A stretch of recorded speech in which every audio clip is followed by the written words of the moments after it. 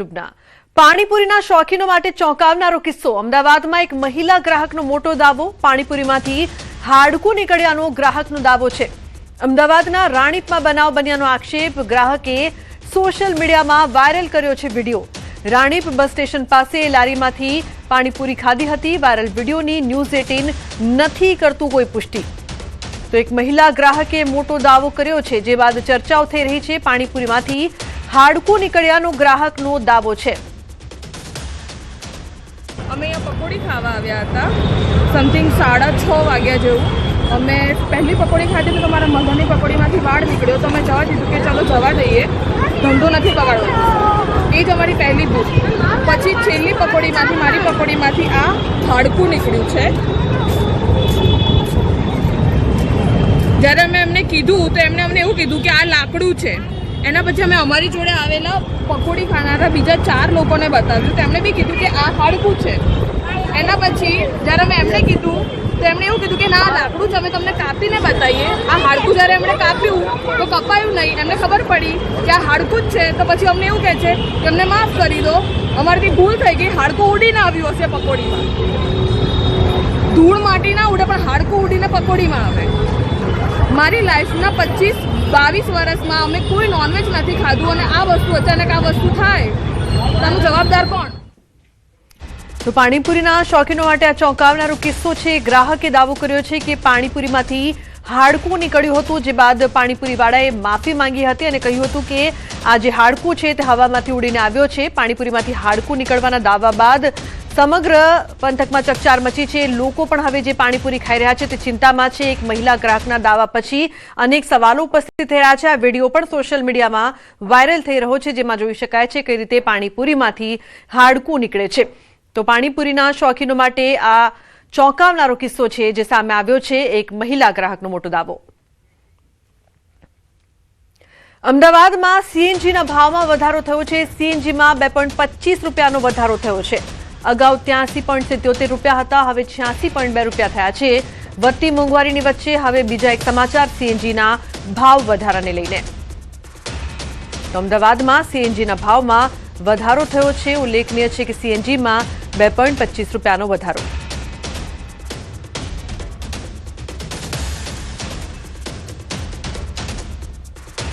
અન્ય સમાચાર મહેસાણાથી પેટ્રોલ પંપના સંચાલકની દાદાગીરી સામે આવી છે।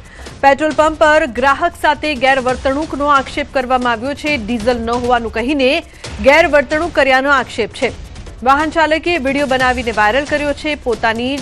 પોતાના જ કસ્ટમરને ડીઝલ આપવાની વાત કરી। સંચાલકની દાદાગીરીનો વિડીયો વાયરલ થઈ રહ્યો છે। તો ન્યૂઝ 18 ગુજરાતી વાયરલ વિડીયોની પુષ્ટિ નથી કરતું। તો મહેસાણાનો આ વિડીયો હોવાની ચર્ચા છે। જે પ્રકારથી આ સમગ્ર ઘટના જેમાં પેટ્રોલ પંપના સંચાલકની દાદાગીરી જોવા મળી, આવો સાંભળીએ શું કહી રહ્યા છે। તો એક વાર અવાજ નહીં આલવાનો? આ ડીઝલ નથી ચમ ડીઝલ નહીં આલવાનું? ડીઝલ અત્યારે કારણ શું પણ? હું મારા કસ્ટમર ના નહીં સાચવી શકતો એટલે અમે તમારા કસ્ટમર નહીં તું કોણ? હું અહીંથી નહીં નીકળતો। તમને પહેલી વખત મળેલો સ્કોર્પિયો લઈને નહીં આવતો? હું તમને સ્કોર્પિયો લઈને કોણ આવતું? હું તમને પહેલી વખત મળેલો છું બસ। એટલે તમારે ડીઝલ સન ડીઝલ નહીં આલવાનું? આ કેવી દાદાગીરી? સહના ડીઝલ નથી દાદાગીરી કેમ આવી? ના દાદાગીરી ક્યાં? દાદાગીરી તમે ડીઝલ નહીં? દાદાગીરી કોઈ જ પ્રકારે દાદાગીરી નથી। તો જે પ્રકારથી પોતાના જ કસ્ટમરને ડીઝલ આપવાની વાત કરીને દાદાગીરી કરતો આ પેટ્રોલ પંપનો સંચાલક છે તે જોવા મળી રહ્યો છે। સંચાલકની દાદાગીરીનો વિડીયો છે તે વાયરલ થઈ રહ્યો છે। ન્યૂઝ 18 આ વાયરલ વિડીયોની પુષ્ટિ નથી કરતું, પરંતુ વિડીયોમાં જોઈ શકાય છે કે કઈ રીતે જે સંચાલક છે તે ડીઝલ નથી આપી રહ્યો અને સાથે દાદાગીરી કરીને અહીં જોવા મળી રહ્યો છે કે પંપ પર ગ્રાહક સાથે ગેરવર્તણૂક પણ કરવામાં આવી રહી છે। તો મહેસાણાની આ સમગ્ર ઘટના પોતાના જ કસ્ટમરને ડીઝલ આપવાની વાત આ સંચાલક કરી રહ્યો છે, જે બાદ સંચાલકની દાદાગીરીનો આ વિડીયો વાયરલ થઈ રહ્યો છે। ઉલ્લેખનીય છે કે ન્યૂઝ 18 આ વાયરલ વિડીયોની પુષ્ટિ નથી કરતું। જે પ્રકારથી અહીં સંચાલકની દાદાગીરી જોવા મળી રહી છે, પેટ્રોલ પંપના સંચાલકની દાદાગીરીનો વિડીયો છે તે સોશિયલ મીડિયા પર વાયરલ થઈ રહ્યો છે, જેમાં જોઈ શકાય છે કે ગ્રાહક આવે છે ડીઝલ ભરાવવા માટે, તેની સાથે ગેરવર્તણૂક। મહીસાગર જિલ્લામાં કેટલાક પેટ્રોલ પંપ પર પેટ્રોલ ન હોવાના બોર્ડ લાગ્યા છે। પેટ્રોલના ભાવ વધતા વાહન ચાલકોમાં જે પ્રકારથી હાલાકી, વાહન ચાલકોની કતાર જોવા મળી છે। જિલ્લાના અંદાજે 62 જેટલા પેટ્રોલ પંપો પર પેટ્રોલ ન હોવાના બોર્ડ લાગ્યાનો આક્ષેપ છે। તો પેટ્રોલ પંપ સંચાલકના જણાવ્યા અનુસાર ઓઇલ કંપનીઓ દ્વારા સપ્લાયમાં મોટો કાપ મૂકવામાં આવ્યો છે. અનેક પંપોએ એડવાન્સ પેમેન્ટ અને રજીસ્ટ્રેશન કરાવ્યું હોવા છતાં પણ ડેપો સ્તરેથી ટેન્કરો રવાના કરવામાં આવી રહ્યા નથી. એટલું જ નહીં, પરંતુ આક્ષેપ છે કે ઓનલાઈન પેમેન્ટ બંધ કરીને માત્ર રોકડા રૂપિયા જ સ્વીકારવામાં આવી રહ્યા છે. તો બીજી તરફ આ કટોકટી વચ્ચે જિલ્લા પુરવઠા અધિકારીએ મૌન સેવી લીધું છે. પેટ્રોલ પંપ ઉપર પેટ્રોલ લેવા માટે આવ્યો. ત્યાં એક પેટ્રોલ પંપ પર પેટ્રોલ નહોતું, બીજા પેટ્રોલ પંપ પર 3 પેટ્રોલ પંપે વીરપુરના ત્રણ પેટ્રોલ પંપ ઉપર ધક્કા ખાધા. તે મારી ગાડીમાં જે થોડું પેટ્રોલ હતું એ પણ પૂરું થઈ ગયું. આજે લગ્નની સિઝન છે તો પણ કોઈ પણ જગ્યાએ પેટ્રોલ મળતું નથી અને અમારી ગાડીમાંથી પણ. મહીસાગર જિલ્લામાં છેલ્લા 2 દિવસથી પેટ્રોલ ડીઝલના વેચાણને લઈને ખૂબ તંગી ચાલી રહી છે. ગઈકાલે પણ હું 3 પેટ્રોલ પંપ પર ગયો તો પણ કોઈ જગ્યાએ પેટ્રોલ મળ્યું નહોતું. આજે પણ 2 પેટ્રોલ પંપ પર આવ્યો છું, કોઈ જગ્યાએ પેટ્રોલ મળતું નથી. આગળ એક બીજા 2 પેટ્રોલ પંપ છે, ત્યાં તપાસ કરું છું, કદાચ પેટ્રોલ મળી જાય. યુદ્ધની પરિસ્થિતિના કારણે સ્ટેટ ઓફ હોર્મુઝ બંધ હોવાથી આપણું ક્રૂડ ઓઇલ આવી શકતું નથી. તો આવી પરિસ્થિતિમાં આપણે નાગરિકોએ પણ સમજી અને પેટ્રોલ ડીઝલનો ઉપયોગ ઓછો કરવો જોઈએ. કેન્દ્રીય ગૃહ અને સહકાર મંત્રી અમિત શાહ ગુજરાતના પ્રવાસે છે. આજથી 2 દિવસ ગુજરાત પ્રવાસે અમિત શાહ. ગ્રીન લોકસભા અંતર્ગત કેન્દ્રીય ગૃહમંત્રી અમિત શાહ બેઠક કરશે. ગાંધીનગર લોકસભા બેઠક અંગે સમીક્ષા કરશે. તો લોકસભાના ગ્રીન લોકસભા અંતર્ગત વૃક્ષારોપણ કાર્યક્રમની સમીક્ષા તેઓ કરવાના છે. જોધપુર ખાતે આવેલ દક્ષિણ પશ્ચિમ ઝોન ઓફિસ ખાતે સમીક્ષા બેઠક યોજાશે. તો હરિયાળી લોકસભા અંતર્ગત ગાંધીનગર લોકસભામાં અભિયાન ચાલે છે. અભિયાન અંતર્ગત લોકસભાના વિસ્તારના તળાવનો નવીનીકરણ અને વૃક્ષારોપણને પ્રાધાન્ય આપવામાં આવ્યું છે.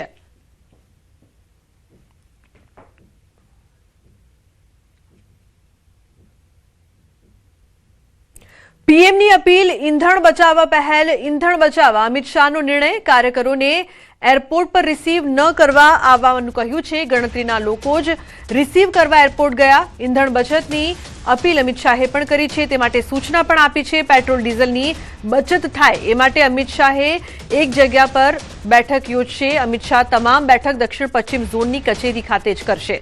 તો જે પ્રકારથી ઈંધણ બચાવવા માટે પીએમની અપીલ બાદ અમિત શાહ પણ આ સૂચના આપી રહ્યા છે, અપીલ કરી રહ્યા છે.